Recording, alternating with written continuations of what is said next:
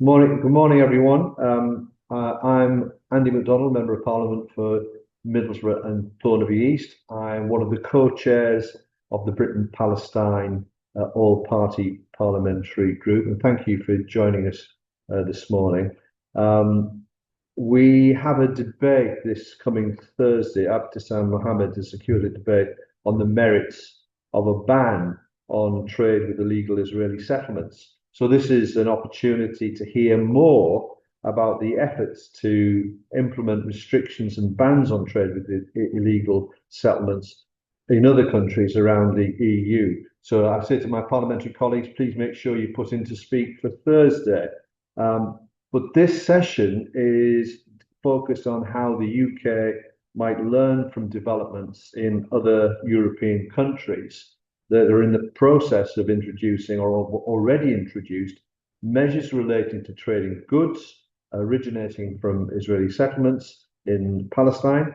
In particular, we will be hearing from experts with direct experience of the legal, the political, and technical processes behind these initiatives in Netherlands, Belgium, and we'll hear about contributions that might be made from Ireland and Spain.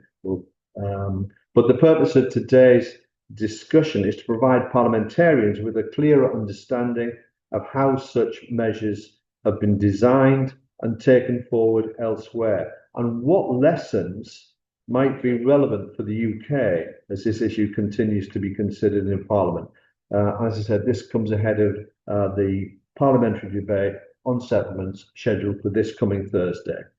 It also takes place at a significant moment at the European level where the European Commission is expected to present options on restricting imports of goods from Israeli settlements ahead of the upcoming meeting of the EU foreign ministers.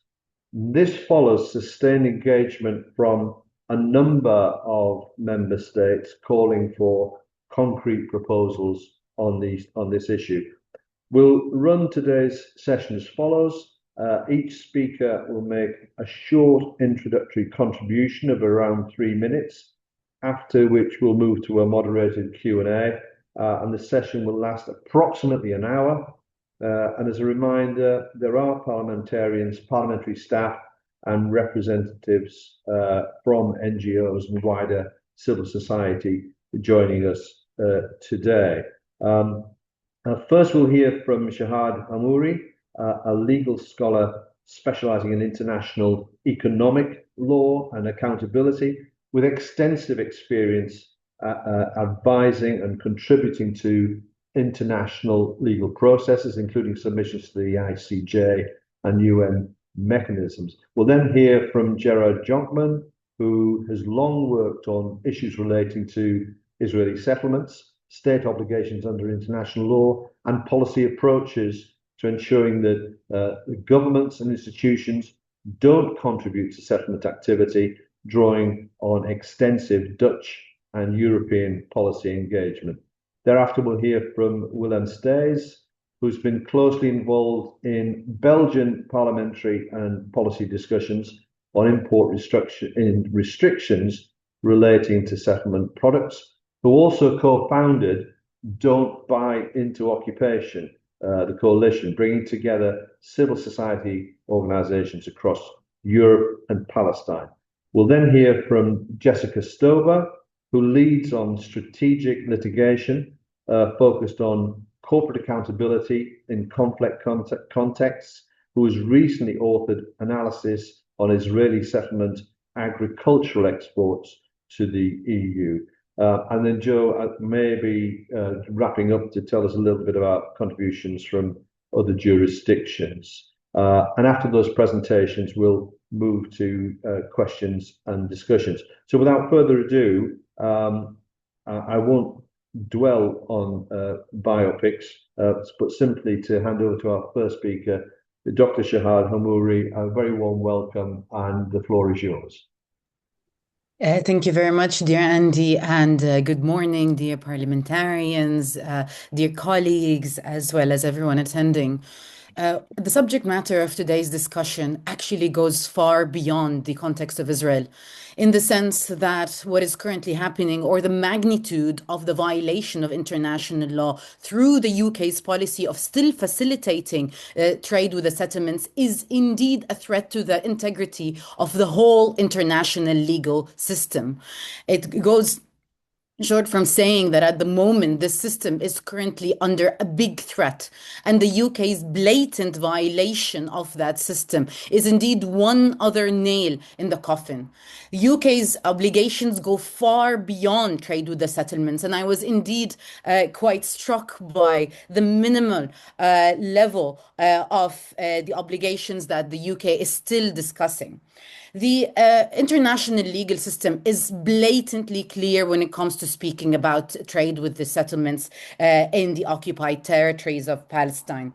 So Israel is in short undertaking grave violations of international law, violations of what we call peremptory norms of international law. These are the highest rules of the international legal system, jus cogens. And the reason why these were established as such is because they're meant to keep together the integrity of the whole system. So when a state is in violation of those, it is indeed committing violations against international peace and security as a whole. As per the International Court of Justice, in the case of the legal consequences of the Israeli occupation of Palestinian territories, the court found that Israel is not in violation of two or three or four peremptory norms of international law, but indeed it goes beyond that. Israel is in violation of the people's right of self-determination, the prohibition against annexation, as well as the prohibition against apartheid and racial discrimination, and prohibitions against extreme violations of international humanitarian law, including war crimes and crimes against humanity.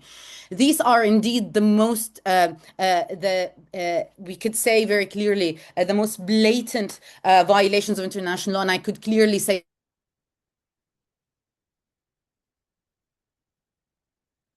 Oh, has anybody else experienced a glitch? Yeah, let us just wait a second to see if Shahab.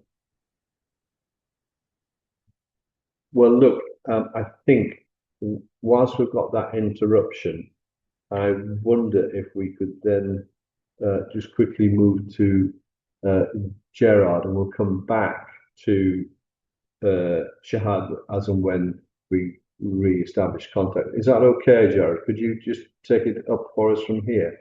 Yes, that's fine. Yeah, thank you. Welcome. Yes, good morning. Thank you for having me. I will talk about the situation in the Netherlands. The Netherlands is not a country known for radical foreign policy measures. Dutch governments usually move very cautiously, especially on Israel and Palestine. And that's, I think, precisely why the current Dutch process matters. The Dutch government is working on a legal instrument that would prohibit the import of goods from Israeli settlements in the occupied Palestinian territory. The measure has not yet been finally adopted, but the draft has been sent to the Council of State for urgent advice. The proposal is limited but important. It would prohibit the import, purchase and sale of goods originating from illegal settlements, as well as services that facilitate this trade. For the Netherlands, this marks a real break with the past. For at least 18 years, the Dutch government maintained what it called a discouragement policy towards the economic relations with settlements. Actually, in practice, it discouraged very little. It allowed, and in some cases, it even encouraged governments to condemn the settlements politically, while leaving the economic relationship largely intact. And that is now beginning to change. And this is actually not cost-free. The Netherlands is one of Israel's major European trading partners, and it's therefore not speaking from the margins.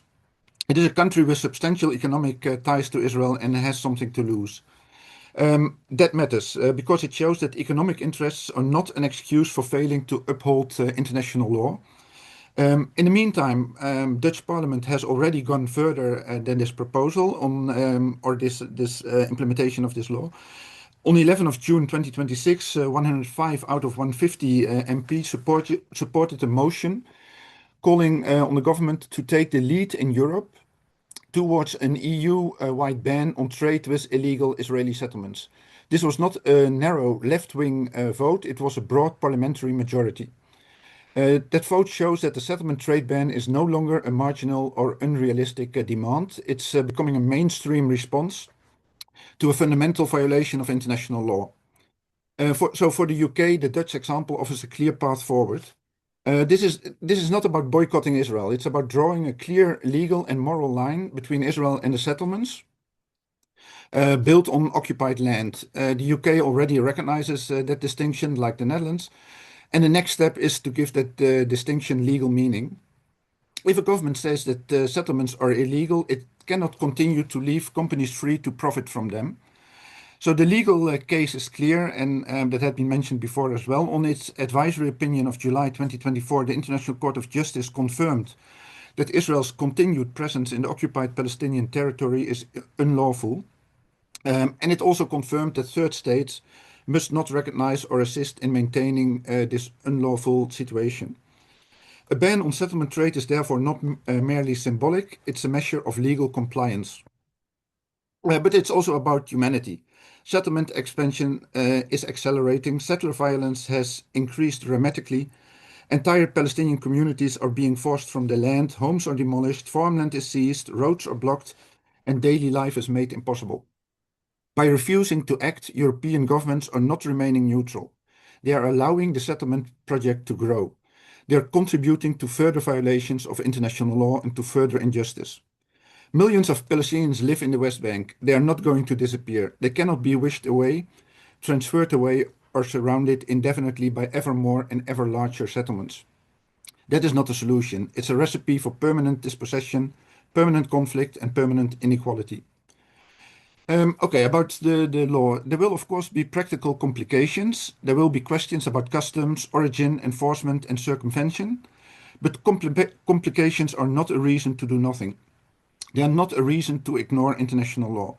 They are not a reason to stand by while settlements expand, violence increases, and any just political solution moves further out of reach. And no law is enforced perfectly. Imperfect enforcement cannot become an excuse for perfect inaction. Countries cannot remain passive while settlements expand. The first step is straightforward. Goods produced in illegal settlements should not enter the Dutch or British markets as ordinary commercial goods. Britain would not be acting alone. The Netherlands is moving, Ireland is moving, Spain is moving. Across Europe, the debate is shifting from statements of concern to concrete measures. A ban would restore credibility. It would show that international law applies not only to adversaries but also to allies. It would protect Dutch and British companies from complicity. And it would send a clear message that occupation, annexation, and settler violence cannot be rewarded with unrestricted access to European markets. The Netherlands has not yet completed the process, but it has crossed an important threshold. The United Kingdom should do the same. This would not be radical, it would be consistent. It would not be a break with policies, it would give the policies meaning. This is about legality and humanity. Thank you. Many thanks, Jared. That was superb. Much for us to pick up on in the UK. I wonder, Shahad, can we come back to you? Are you ready for us to resume? Yeah, that would be good if Shahad could come back in. My apologies, that was a dramatic drop. Great, that's great to see you. Right. So following on the court's articulation of the violations of parliamentary norms that are committed, it is clear that states, according to customary international law, have two duties here. And again, these are of the highest value, which are the duty not to recognize the effect of this illegality, as well as the duty to cooperate towards ending this illegality. These duties gain a further weight to them after the court's initial judgment in relation to the applicability of the Genocide Convention and the duty to prevent genocide, which adds to the fact that all states must undertake all efforts within their capacity in order to stop the risk of genocide, which is still ongoing, as the Board of Peace, as it exists now, is an extra legal body in all of its senses, and accepting it is a form of accepting a new form of occupation of Palestinian territories, and indeed it is an offense to international legal system as a whole.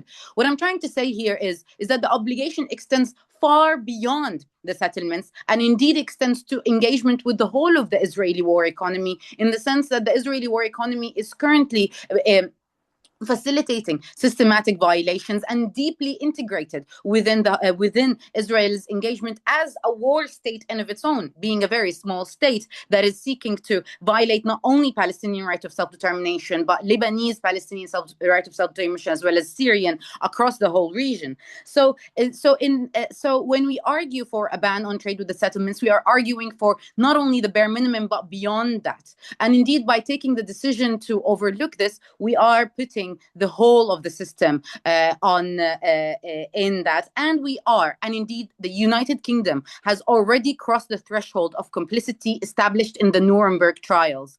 As per, what does complicity mean in the sense of facilitating a war crime by facilitating and dealing with goods that are taken and stolen from grave illegalities, let alone the fact that processing any proceeds from the money coming out of that would indeed be in violation of the UK's own laws in relation to money laundering, since these are stolen goods that come out of direct illegalities. So we are talking about something that is indeed a violation of an amount of laws that I could talk to about endlessly. Thank you very much, and I apologize for the prior drop. No apologies necessary at all. Thank you so much, Shad, for that contribution, and very strong words indeed about UK complicity, which we'll no doubt revisit. Moving swiftly on, could I invite our next speaker, Willem, to address us? Willem Stairs, over to you. The floor is yours. A lot, and good morning. So, as mentioned, I work for Triple 11, which is a Brussels-based NGO coalition, a Belgian NGO coalition that has extensively worked on both the Belgian and European and EU-wide ban on trade with settlements. And so we're also a member of, as mentioned by the chair, of the Don't Buy Into Occupation Coalition, which is a coalition of European and Palestinian organizations that produces an annual report about the financial relationships between European, including UK financial institutions on the one hand, and companies that are active in the maintenance of the occupation on the other. And in parallel, we're also a part, also together with UK colleagues, of the Global Sanctions Coalition, which is a collaboration between European, UK, Canadian, US, and Australian organizations that put together sanctions files for targeted sanctions. I will come back to that at the end of my intervention. But first things first, as for the settlement trade, at the Brussels level, we have been working on two parallel tracks, which are ongoing. So a national Belgian ban on importing settlements goods. And then there are also the discussions around an EU-wide ban. So starting with the Belgian level, we are in a political situation in which the Belgian government committed already back in September 2025 to put in place a national level ban on trade with settlement products, on the import of settlement products, which, this political commitment followed one of the largest waves of popular protests in recent decades. So last summer we had hundreds of thousands of Belgians that took to the street to demand an end to Israeli impunity. And then our current government, which by the way also includes two very pro-Israel parties, including the party of our Prime Minister, Bart De Wever. So they are expected to adopt that national ban most likely later this week on Friday. So we're very close to that ban. And as things stand now, the draft that the government has been working on would basically be expanding an existing Belgian law through which the importation of settlement products would be made subject to a prior consent system, with then consent being systematically refused. Now, that's the positive part. And although, of course, it is very much welcome that Belgium would become the next European country banning trade with settlements, at the same time, as a Belgian civil society, we have been quite critical because we see the current draft as a rather minimalistic and at times even problematic version of what a proper ban should look like. So it basically, at the current draft, it doesn't properly address challenges around enforcement, where we also provided like very specific suggestions, technical suggestions regarding an obligatory due diligence for importers, which would have basically shifted the burden of proof on the importing party. But this has been explicitly rejected by some of the parties in government. While at the same time, it also seems very likely that the Syrian Golan will be excluded from the geographical scope of the ban, which of course sends a very problematic signal, and which legally makes no sense whatsoever. And as mentioned, the current ban is also limited to trade with settlement products, does not include services and investments. And so we're in a situation in which Belgian government officials are basically acting as if Global Echo had not just published a report, and as if we are dealing with a good faith counterpart here. So I would very much encourage all of you to not repeat these mistakes and ensure that future British ban does address the structural deficiencies that are there in the system, and of which my colleague from Global Echo will tell you more in a second.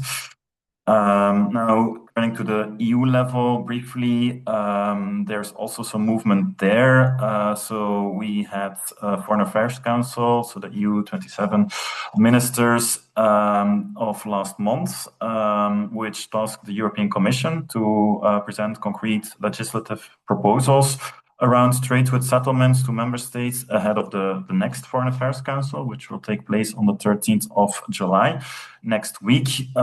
It's unclear what these proposals will look like. There has been talk about a more minimalistic proposal, so imposing tariffs on settlement trade. And then, of course, there is what we and others, other European organizations, also the likes of Oxfam, Amnesty, Human Rights Watch, have been arguing for to adopt a proper EU-wide ban on trade with settlements, which can also be adopted under a qualified majority vote. So meaning that the likes of Germany could not single-handedly block any such proposal.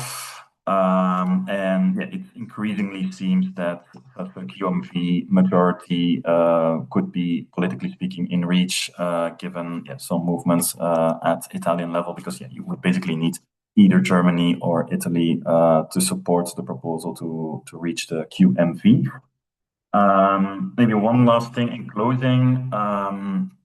I would also very much like to emphasize that any ban on trade with settlements, as welcomed and as important as it would be, should not be considered like the ceiling, but very much it would constitute a first step, I would even say first baby step towards implementation of the 2024 advisory opinion by the ICG. And so I would also very much encourage you to, in parallel to banning trade with settlements, also consider other measures. Two measures specifically. So first, a national level prohibition for UK financial institutions to invest in companies that have activities that support in the maintenance of the occupation. As per the ICG, or the second part of the ICG advisory ruling, that states should take steps to prevent any such investments in addition to trade. And secondly, also building on the work that we have been doing also with UK colleagues in the Global Sanctions Coalition to strategically escalate targeted sanctions and go after the architecture of the occupation in the West Bank and Gaza, and not limit sanctions to the low-hanging fruit, a handful of violent settlers, but really go after the likes of the World Zionist Organization, the Israeli Minister of Settlements, Ugit Stagog, as also proposed in a recent submission by the Global Sanctions Coalition. I'll leave it to that, and of course, I'm happy to answer any question. Thanks a lot. Willem, many thanks, and I'm sure people will have lots of questions. It's interesting to hear the progress from Belgium, but also the difficulties that you face as well. That those are quite familiar stories here in the UK too. Moving swiftly on, may I now invite Jessica Stover, who's the legal director of Global Echo Litigation Centre that Willem referred to. Jessica, the floor is yours. Thank you very much. Indeed, I am the legal director of Global Echo, and I'm also the author of the recently published report, Importing Occupation. Thank you, Willem, for the plug. This report sets out the findings of our 4-year investigation into settlement products entering Europe in ways that violate EU and UK trade agreements, as well as certification and consumer laws. The main point I want to make today is that a settlement ban is enforceable, and in practice more enforceable than the current system of so-called differentiation. Global Echo's evidence shows that settlement goods are routinely made to appear Israeli in 3 main ways. First, what we call hiding in plain sight. The exporter gives the real settlement location and postcode, but still describes the country of origin as Israel. Second, sham addresses. Exporters give a false address inside Israel instead of the true origin in occupied territory. Third is mingling. Settlement produce is mixed with produce from inside Israel and then exported under Israeli documentation. Now, that evidence is useful not only because it shows how concealment works, but because it shows that a ban would deal with some of these methods more directly. In particular, hiding in plain sight would cease to be a workable route if settlement origin itself triggered refusal of entry. A ban is also better able to distinguish between settlement goods and Israeli goods than a tariff-based system. In Spain, for example, importers are required to state origin in the online customs declaration, rather than simply relying on postcode information buried in supporting paperwork. So detection becomes easier in practice. By contrast, tariffs do not solve the problem. Even where tariffs are correctly imposed, Israel reimburses exporters through its indemnification scheme. So even when the UK or the EU successfully denies preferential treatment to settlement goods, Israel steps in to protect the exporter. Between 2006 and 2019, the Israeli dispersed approximately $31 million under this scheme. So tariffs have very little deterrent effect on the ground. And there's a more fundamental point. If the UK says settlements are unlawful under international law and an obstacle to peace, then simply charging more for settlement goods risks putting the UK in the position of profiting from trade linked to something it says is unlawful. Further, the ICJ's 2024 advisory opinion made clear the third state's obligations that my fellow speakers have already expertly outlined. Finally, a ban is more self-enforcing. At the moment, if concealment is uncovered, the main consequences for exporters and importers is simply that tariffs are charged. Certainly for perishable agricultural goods, under a ban, the goods would be refused entry and sent back. Certainly for perishable agricultural goods, that creates an immediate commercial risk that most UK importers would not be willing to take. In other words, the consequence of getting caught starts to make concealment commercially irrational. So to sum up, a ban is not only a clearer expression of the UK's legal obligations than the status quo, it also creates a much clearer enforcement incentive. Thank you. Thank you so much, Jessica. Be aware, you're going to hear a bell. We've had the first bell ringing out in this building to announce the start of business. I expect a second one soon, but please don't be alarmed. There's nothing untoward. Can I just point to colleagues, the reference in the chat, the report from Global Echo Litigation Centre, the link to it appears there. And I'm saying to my team, let's capture that because that's going to inform us greatly for our forthcoming debate. I'm now going to open up the discussion to, questions and discussion. But for my part, given we have this international perspective, I don't know whether at this stage Joe wants to make any contribution from other jurisdictions, because I know we did hope to have speakers from elsewhere, including Ireland. Joe, do you want to do that now, or should we just move on to opening up to questions and answers and discussion? Can I just pause there to let Joe come in? I think I don't know whether Carla or Shahad from Oxfam wanted to say anything about those other jurisdictions. They're more. Okay. but I mean, but also happy to move on as well. Yeah, well, they're very welcome to come in should they so wish. But for my part, I'm happy sorry, to, yeah, Andy. Yeah, just I okay, can just Carla, literally yeah. say just a couple of things because we had invited somebody from Ireland. They are not able to join today for very good reason because the Irish ban is being voted on for the final time in the lower house in the Irish Parliament today. It will move to the Senate tomorrow and next Wednesday, and it will pass by the end of next week. So our Irish colleague is actually in Parliament briefing Irish MPs today, and that's why he's not able to join. But that the bill is happening. They've been coordinating the Irish government with the Belgian and Dutch governments on timing, and that is why all three of those processes in all three of those jurisdictions are completing either this week or next. And then we'd also invited a Spanish representative. Is actually a representative, an official, a civil servant from the Spanish Department of Consumer Affairs, to talk about the Spanish ban, which is already being implemented as of the end of last year. Unfortunately, they were not able to join at this time today, but we have two other online meetings tomorrow where hopefully they will be able to join. And so we and Oxfam will be in that space and we can take down some notes and share it with everyone who has joined the call today. Just if there's anything that comes up, because obviously Spain is the only country that is actually already implementing a ban. So if there are particular questions from anybody, we can take them away and we can get responses from them and then we can share them back with you. But we know that the ban is being implemented and that it applies both to goods and services. Superb. Thanks, Carla.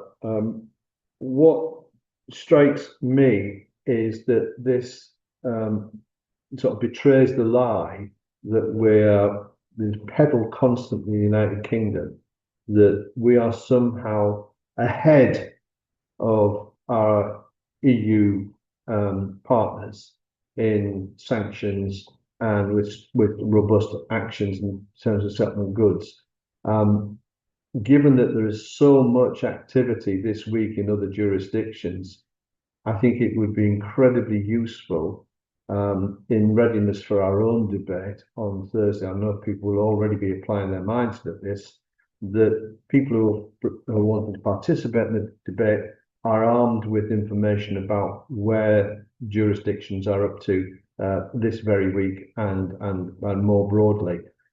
Because it is the response from the front bench on so many occasions that we're actually leading on this. It's perfectly clear that we are not. But with that, I do want to invite colleagues to come forward. But before I do, can I just use this position just to ask our contributors to say a word or two about how they're perceiving the role of the United Kingdom. Is that given that we're not in that EU room, how are the actions of the United Kingdom perceived in the various jurisdictions that are represented here today?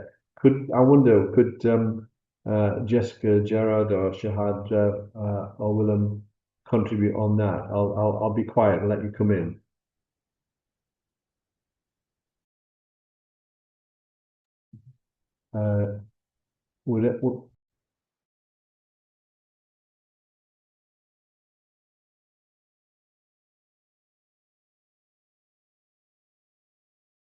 Okay.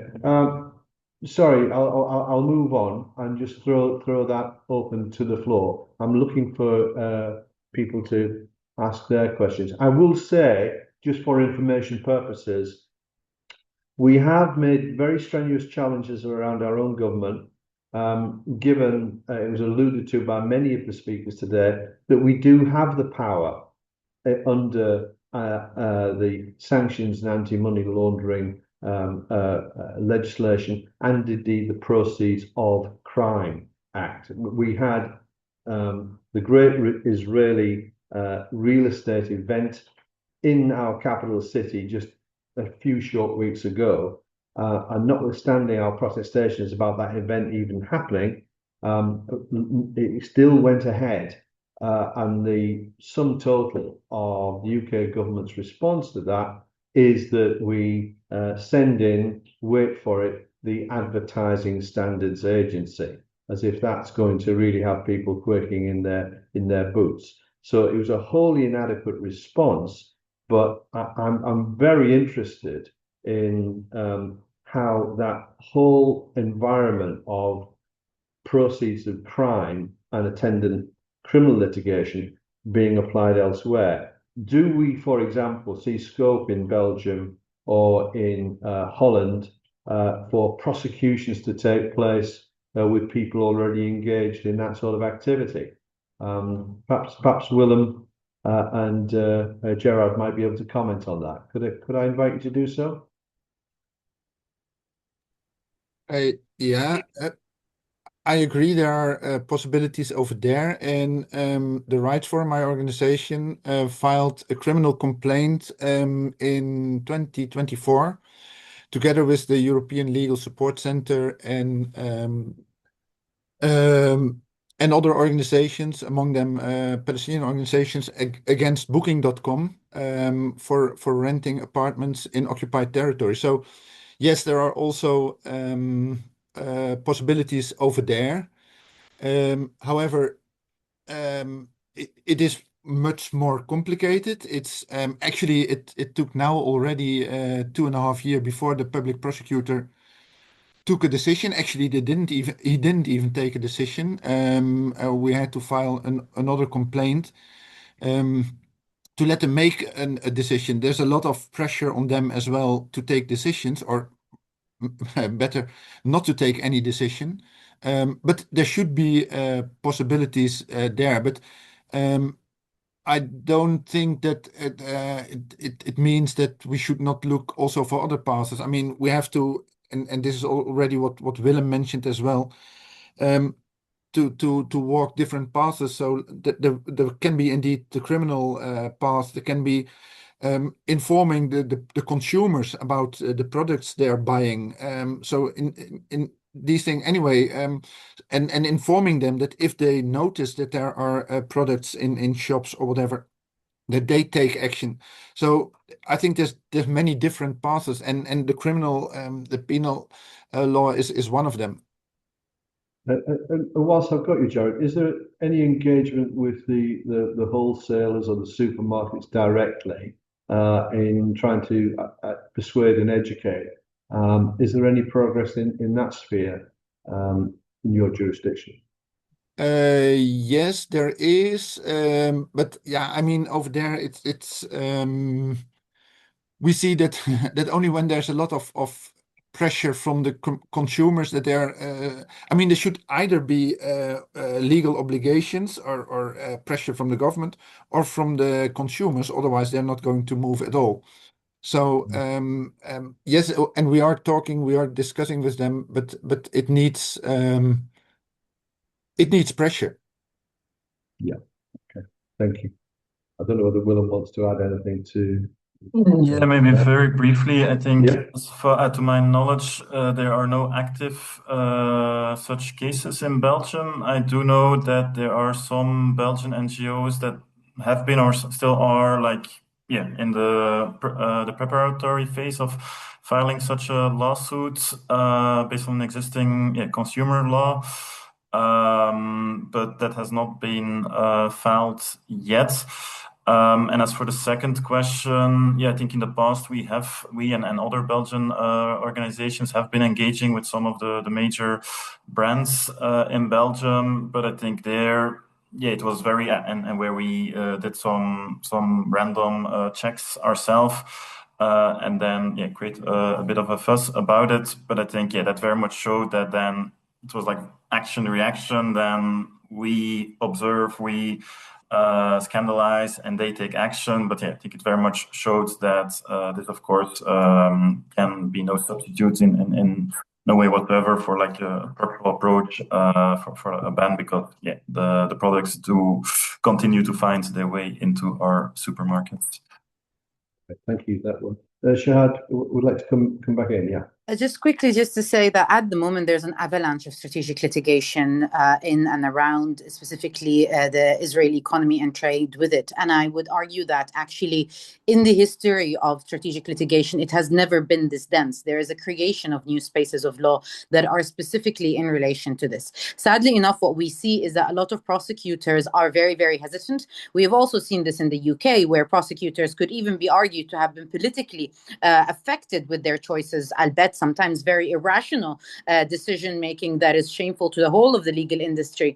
But aside from the fact that the sad thing is in such litigation is that it depends on the willingness of local prosecutors, and indeed I highly doubt that corporations would in of themselves abide, even though it is, and I would argue another source of UK's obligations here are the Business and Human Rights Treaty, where there is current negotiations for a binding treaty, Business and Human Rights guiding principles, where the UK has made a lot of commitments, which include the UK's duty to ensure that its corporations undertake human rights due diligence.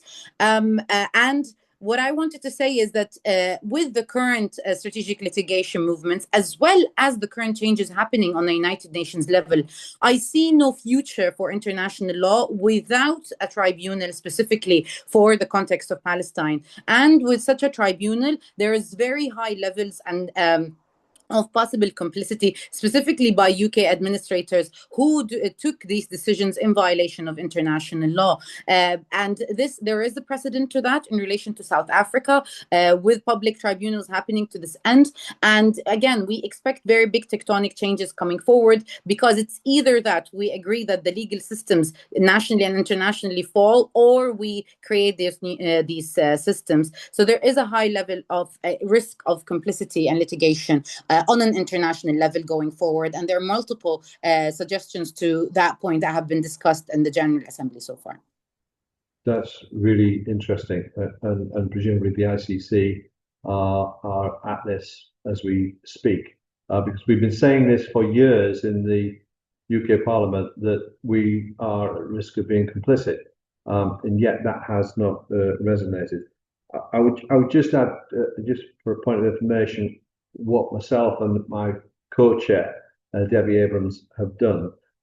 We've approached companies directly, but we've also approached the financial regulatory bodies in this country to say, how are you discharging your obligations as the regulatory body to ensure that your membership are not falling foul of the legislative framework that we have already. And we're starting to get at least some acknowledgements back. So that's going to be a fascinating pressure point to say that you're in the spotlight because it's your duty as a regulatory body to police your membership. And that includes the Financial Conduct Authority and the Law Society for the lawyers who are engaged in these activities too. That's an interesting moment for us, we think, as is an interrogation of our National Crime Agency, because we want to hear from them, because we're not hearing from our own government as the extent to which the National Crime Agency are even considering whether there have been criminal activity in this area. So I'm afraid that will continue to run as a sore, but we keep pursuing it. I would just say, just to provoke some conversation here, that we have a moment in our country right now, because we've had a very obstinate approach to the whole issue of illegal occupation and settlement goods, with a prime minister leaving and a new prime minister about to arrive at the very time that jurisdictions across Europe are progressing with their programs. There's an important opportunity for the United Kingdom to take a different approach. And in fact, there's a considerable pressure on the putative Prime Minister, Andy Burnham, to have a marked departure from the current silence. And I think one of our previous speakers did say that by not acting, it's not a neutral position. And because we've got complications in delivering, doesn't mean we shouldn't be doing anything at all. So it's an important political moment right now, but I don't know whether anybody's got any observations on that and how we might capitalize on that opportunity.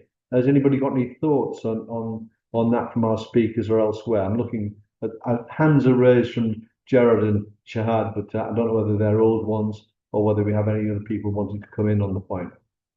Or anything else for that matter. I do throw the floor open.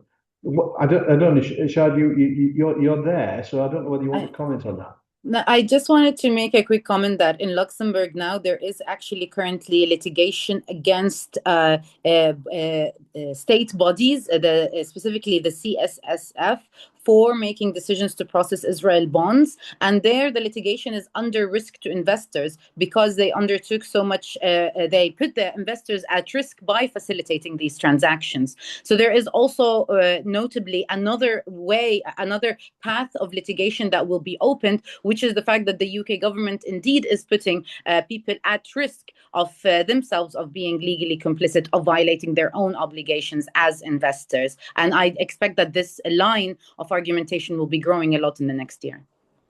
This is tremendous. I mean, if I could prevail upon you just to settle us a paragraph or two, because that would be an interesting development that we need to challenge our own government in the UK to say, look, these are the steps that are being taken. Why on earth are we not moving in the same direction?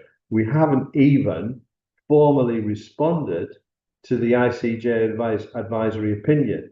The current response to that is simply that we have recognized the state of Palestine. We have sanctioned some ministers and some egregious behavior in the West Bank. So it's not relevant. The pressure is not upon us to formally respond. So I'm hoping that with a new government, which will be effective as from the 20th of July, that we have a commitment, if not to deliver the response now, at least in short order, so that we've got a formal response. But anybody else on the litigation that's currently occurring? Gerard has still got a hand raised, so I'm going to come to you anyway, Gerard. So over to you.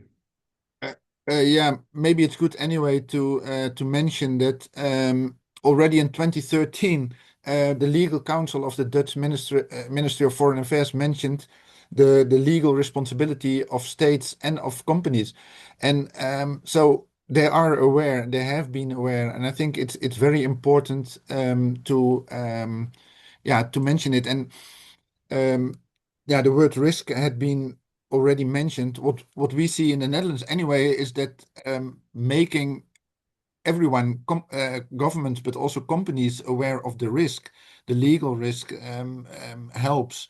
This is what we see, for example, when we're talking with pension funds, and when we're talking about the risk that they have when they invest in companies that are, well, doing activities in occupied territories, makes them already considering divestment and even divesting. So as soon as they have the possibility, they're willing to do it. So the risk they face and the risk they experience is very important. Thank you. I'm just thinking about litigation itself, because it's often so difficult. Certainly when I have conversations in this country, I ask around the possibility of private prosecutions. And people are that is problematic for organisations and NGOs to even consider, and expensive. But I wonder whether there could be a collaborative approach to that in picking one specific case in one specific jurisdiction and people being supportive of it. But with that open thought, I know Jessica wants to come in, so I'm going to pass over to her. Perhaps you want to comment on that and the other issues raised in this discussion. Jessica. Thank you. I would say watch this space. I think there will be a flurry of litigation emanating from the report importing occupation across Europe, including possibly the UK. I think a private prosecution is within our grasp. And I think that, the incoming Prime Minister needs to think about what risk he wants to take in relation to all these cases going up to the High Court. as opposed to what he could, have on his platform at the moment. And I think this kind of thing, this kind of event is really important to give his advisors and MPs to put pressure on him and to be able to answer the questions that we have consistently been asked to answer as civil society, that enforcement is possible. In fact, a ban is more enforceable than differentiation. We don't need, like Belgium and the Netherlands, to pass new legislation. We have existing legislation. It is, in fact, easier in the UK to implement than in other countries.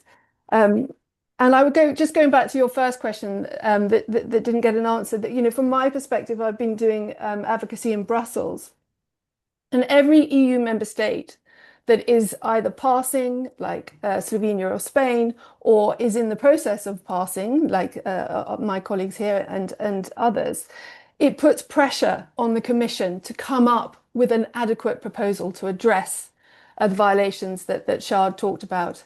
And the UK, as an ally of Israel, if the UK were to come up with a ban, it would definitely add pressure on the Commission to come up with a ban as one of their options to deal with Israel's violations, not only under the Genocide Convention, but the 2024 ICJ advisory opinion. Yeah, that's a fascinating point. I'm heartened that there will be that flurry of litigation. I'm a little bit disappointed that across the channel, the parties are looking at each other to say lead. It's a shame that my own personal view is that the United Kingdom has a special responsibility because of our historical and links with the region that we're all familiar with. I'd just throw into the mix of the discussion the political consequences. We've talked about this particular moment being an opportunity, but it is undoubted that and Joe's put it up in the chat where the public is on this issue, and they're looking to certainly this government and this parliament in the UK to have a much stronger position, and this will impact upon us electorally. It already has, but it's something that we've got to seize and deal with.